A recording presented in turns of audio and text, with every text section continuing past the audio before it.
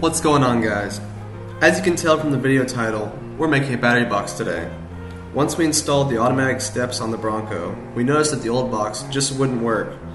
So we decided to design our own custom chassis mounted box to get the right fit. And on those thicker spots, since this is all going to be one piece for the sticker, like I said, I can run a cut straight through here. Since we're going to have to weld the sides on, we can break it up because it'll make it to where you only have to break here and here, bend them up, and then whenever we weld the sides on, we can weld that hole